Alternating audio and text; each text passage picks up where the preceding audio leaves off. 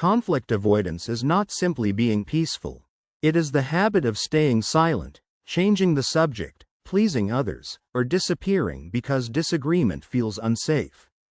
The outside may look calm, but the inside often carries pressure. Someone who avoids conflict may agree in the moment and resent the agreement later. They may say, "It is fine," while storing hurt. The goal is not always to deceive. Often the goal is to prevent tension from exploding. Agreeing while storing hurt can make the surface story look simpler than the real situation. The pattern can come from early experiences.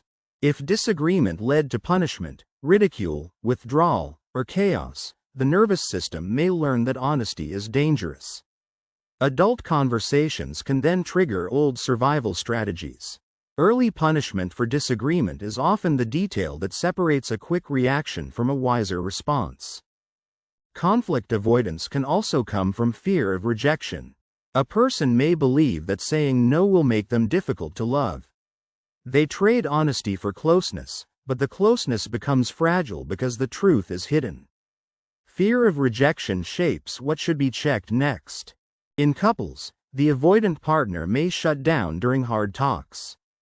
The other partner may push harder for answers. The more one person pushes, the more the other retreats, and the conflict becomes about the silence itself. Shutting down during hard talks turns the idea into something practical rather than only theoretical. Avoiding conflict can work briefly. It prevents an argument tonight. It keeps the dinner peaceful. It helps someone get through a stressful moment. That short-term relief is why the pattern continues. Short-term relief deserves attention before the choice becomes harder to reverse. The cost appears later. Unspoken needs become resentment. Small problems become big ones. The other person may feel confused because they were never told what was wrong until the issue became serious. Resentment later can quietly move the cost from the present moment into the future. Conflict avoidance is different from choosing the right time to talk. Pausing can be healthy when emotions are high. Avoidance becomes a problem when the conversation never returns, or when honesty is always postponed. Pausing versus disappearing helps explain why the obvious answer may not be the best answer. A common example is money. One partner worries about spending but avoids raising it because money talks become tense. Months later, the resentment comes out during an unrelated argument about groceries or holidays. Money conversations gives the situation its real-world weight. Another example is family boundaries. Someone may dislike a relative's behavior but stay silent to keep peace. Over time, their partner may feel unsupported, and the original issue grows into a loyalty conflict. Family boundaries is worth checking when the first explanation feels too neat. Conflict avoidance can make the avoider seem easygoing, but being easygoing is only healthy when the person truly has no concern. If they are constantly swallowing discomfort, the relationship is not getting their real self. Easygoing versus hidden discomfort can decide whether the problem stays small or grows into a pattern. The repair begins with smaller truths. Instead of starting with the hardest confession, a person can practice saying, "I need time to think, but I do want to come back to this." That keeps the door open without forcing immediate intensity.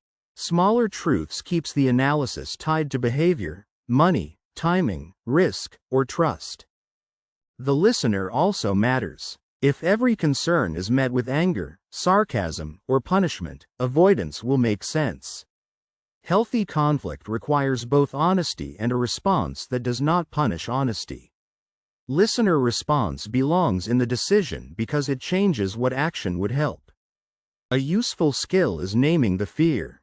Saying, "I am scared this will turn into a fight," is often more honest than pretending nothing is wrong. It lets the conversation include the fear instead of being controlled by it. Naming fear becomes more reliable when it appears more than once. Another skill is separating disagreement from abandonment. Two people can disagree and still remain connected. That experience has to be practiced, especially for someone who learned that conflict meant danger. Disagreement without abandonment should be checked before accepting the most comfortable explanation. Conflict avoidance can also appear at work. An employee may avoid giving feedback, asking for help, or questioning unclear instructions. The project then suffers because politeness replaced clarity. Workplace feedback needs to be connected with the actual consequence. The goal is not to become aggressive. The opposite of avoidance is not attack.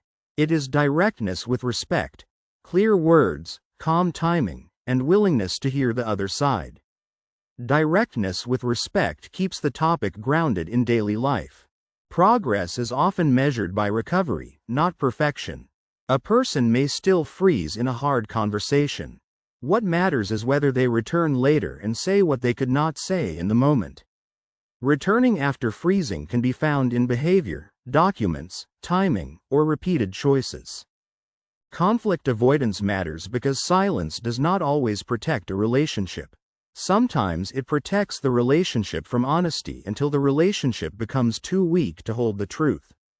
Silence weakening closeness makes the issue easier to name in plain words. The useful takeaway is to treat conflict as information, not automatically as danger. A difficult conversation handled with care can reveal needs, repair trust, and prevent a quiet distance from becoming permanent. Conflict avoidance often feels peaceful in the moment because it prevents the uncomfortable conversation. But the avoided issue usually does not disappear. It can return as distance, sarcasm, resentment, or a sudden emotional reaction that seems larger than the original problem. Conflict avoidance can start in childhood, past relationships, or any environment where disagreement felt unsafe. If a person learned that honesty led to punishment, withdrawal, or chaos, silence may feel like survival. In adult relationships, that old protection can become a new barrier, especially when the current partner is not actually dangerous. The fear behind avoidance is often understandable. Someone may worry that honesty will lead to rejection, anger, guilt, or abandonment. Avoidance becomes a protection strategy, but it also prevents the relationship from learning how to handle truth safely. The first repair step is often smaller than a full confrontation. It may be naming one feeling, asking for a better time to talk, or saying, "I do not want to fight, but I also do not want to keep hiding this." That kind of sentence creates a doorway without turning the moment into an attack. A healthier approach is not to turn every feeling into a fight. It is to raise the issue early, clearly, and without attacking.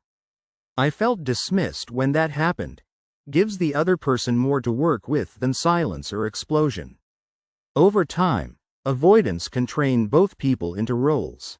One becomes the person who never brings things up, and the other learns that silence means everything is fine. Then the relationship looks calm on the outside while important information is missing underneath. Conflict avoidance matters because closeness requires room for discomfort. A relationship cannot become secure if every difficult truth is hidden. The goal is not constant conflict. The goal is enough honesty that small problems do not become emotional emergencies.